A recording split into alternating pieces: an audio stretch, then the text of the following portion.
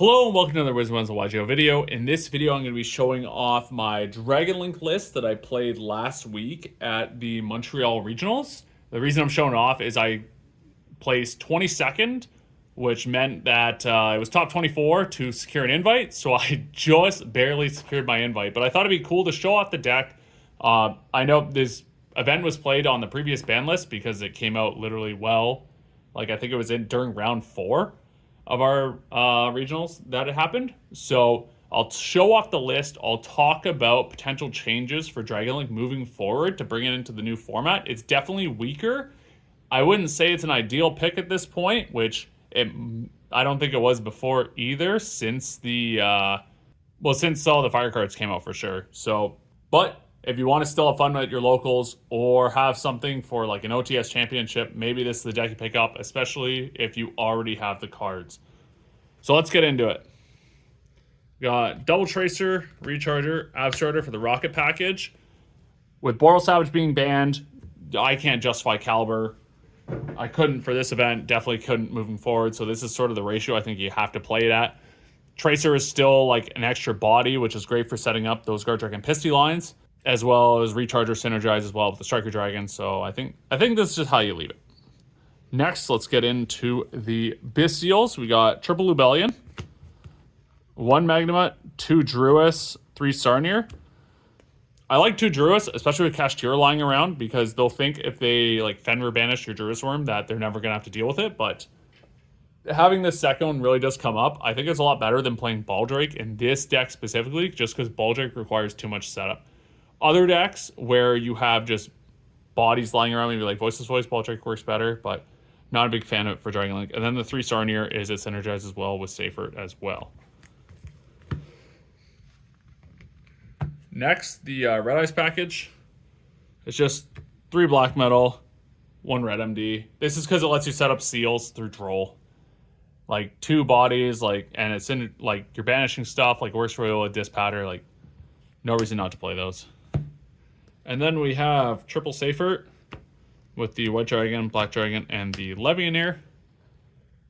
Like this all synergizes with the Bystials. Like this gets you to these, which is like another like 1-card seals, which is fantastic. Like this combos really well with Talents as well, because you use it. It's usually what they're going to hit with the Ash, because you burned your normal and you have nothing on board. So it does work well, especially if you have the additional extender in hand. Next, here's the tech card. Here's what I think carried me to being able to do as well as I did in the weekend. Fallen of Albaz. So this is something I played around with like over 2 years ago when the Albaz structure came out. As like you summon off seals, you had Verte to use Brand Fusion to end on the Mirror Jade, but we don't have Verte. You're not playing Brand Fusion. Like it's solely because against Voiceless Voice, it's another instance of non-targeting removal. So like you go Hieratic Seal effect if they have like Low and Skull Guardian. You bounce the Low back to hand, and then you can go like Seal effect, summon Albaz, discard 1, fuse the Skull Guardian and the Albaz to an Albion. Albion effect, banish the Albaz and the seals into a Mirror Jade.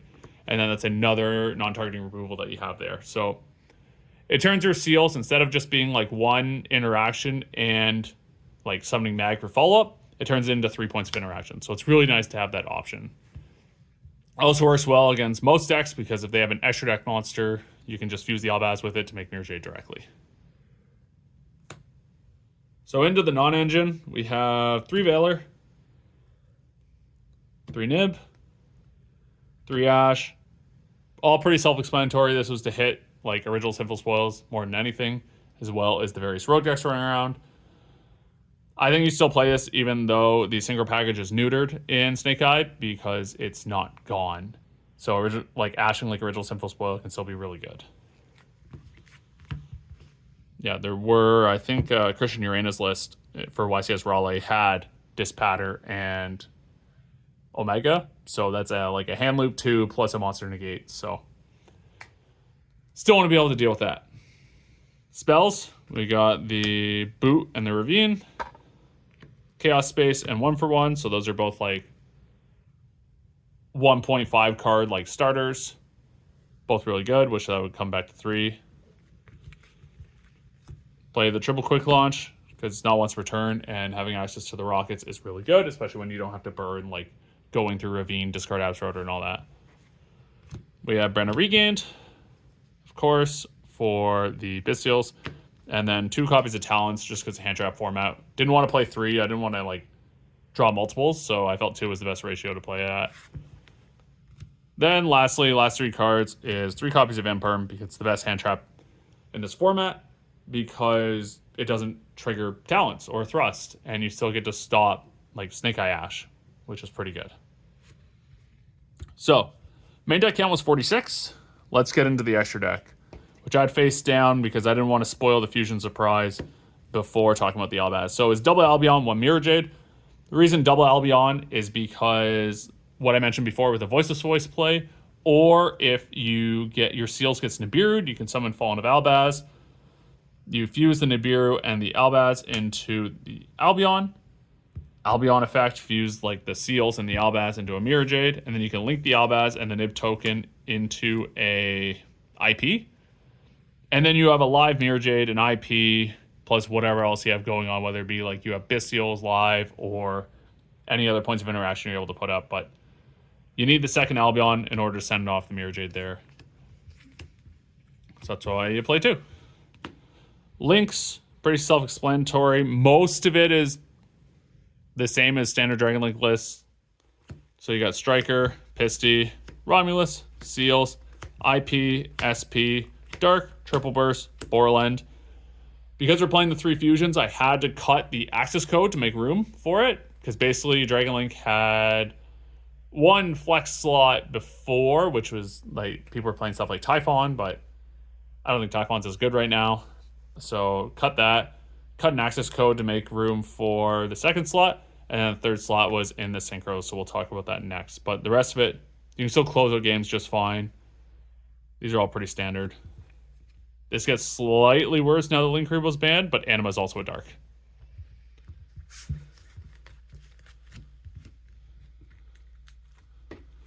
Lastly is the synchros. So Savage, Baron, Dispatter, these 2 are banned, of course. What do you replace them with? Baron, I think you just replace with Chaos Angel. Chaos Angel is something I cut to make room for the fusions. It's still a really good card. It offers that spot removal that Baron had. It unfortunately doesn't have the negate, but because you have, whether it be a Seifert or a White Dragon Wyvern Burster with a Bystial, you can easily make it with lights and darks, and then even when it's unaffected by monster effects, you can also make sure your Seals doesn't get run over, which makes Seals a ton better when they can't just go to battle phase to like force it. Savage replacement. This is either where I think you make room for access code again to close out the game, or you play one of the other Dark level 8 synchros, which, as far as I'm aware, just I looked at it earlier today, there's 3, and I would say only 2 of them are viable. So the first one is Void Ogre Dragon, which some people were playing as like a budget version of Savage back when the Rocket Structure deck came out like almost 5 years ago. I wouldn't recommend it. The reason I say that is because Void Ogre, to get that spell trap negate, you need to have no cards in hand. And that's kind of rare in this deck that you'll have nothing in hand. Because like ideally you're getting like your Magnamut Search at end phase, you're getting Branded Regain to help you draw, you're holding hand traps so that your Seals Pass is a lot stronger than it appears. So very rare will you get that negate off. Another option you can play is Draco Berserker at the Tenyi, which has been played in the past. It gives you that reactive like monster effect banish, and as well it can help you close out games with that attack gain and second attack, which is really cool. Last card is the new Gold Pride Synchro in Legacy of Destruction. I don't remember the exact name. All I know is it lets you pop an extra deck monster on the field, or if your life points are lower than your opponent's, you get to pop 2, which could be pretty useful. But then it goes away at the end phase, which kind of sucks, but like might not be the end of the world if you already had the follow-up set up. So those are the options I'd look into for replacing this slot. This slot, I would replace it with Chaos Angel every day of the week. Lastly, we got the side deck, which we'll see how much stays. It depends on how prevalent Tempai Dragons will be next format. So we have Scarlight. That's the time card. We have 2 copies of Ghost Bell and 3 copies of Droll. Droll was real useful. I played against Volcanic Snake Eye in my round 8. So this helped me not get FTK'd, which was really cool. I ended up losing that game because I didn't draw enough engine, but I was able to win game 1 and game 3. But I still think Droll's pretty good. It doesn't hit Pure Snake Eye as much as you would like, but as soon as they start splashing other engines in, that's where this is going to do the work. As well against Voiceless Voice, it can be cool. It's not going to stop their turn, but combo another hand trap and you should be fine. Bell is mostly for Voiceless Voice. You can hit the Saphira. So I was really struggling with that deck in testing, even though I play a bunch of Bystials, but you know, they always seem to have the normal summon low instead of having to use it to ritual for the Skull Guardian and summon it back from graveyard. Next, we get into the spell cards. So Feather Duster to Cyclone. I know people are starting to get off Cyclone because Fire King Snake Eye isn't as popular, but I wanted additional removal options against Runic Stun that I didn't have to draw turn 1 for it to be live. So unlike something like Lightning Storm, you can draw it like when the game's sold out and it'll still do something. As well, it will dodge Hugin, right? So that's what I wanted, was to dodge Hugin because Runic Stun, I expected it. It was prevalent in the Toronto Regional the week before, which unfortunately I wasn't able to attend, but my friend told me about that.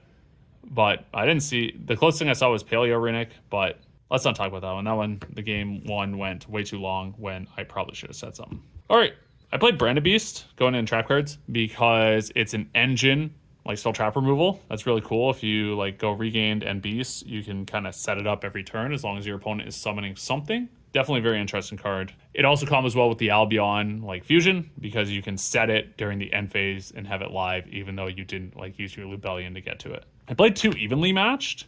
This is over like a 3rd Cosmic and I think it was a 3rd Bell I was thinking originally.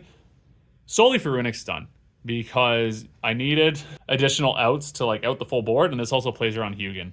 This unfortunately does have the same flaw as Lightning Storm, where if you don't draw it like turn 1, it's garbage, but didn't come up. I might still play it. Depends. Then the last 3 cards were 3 anti-spell. I know this got limited, but keep in mind, like I said before, this event was with the previous list. I think you could honestly replace these with Skill Drain. Like, Skill Drain's still a really good card. Seal's worse under Skill Drain because it tributes for cost. And then you still have enough like big monsters that they're going to have a hard time getting over. So that's the deck profile and my recommended changes for the upcoming format. If you liked this, be sure to like the video, subscribe if you aren't already, and I will see you in the next video.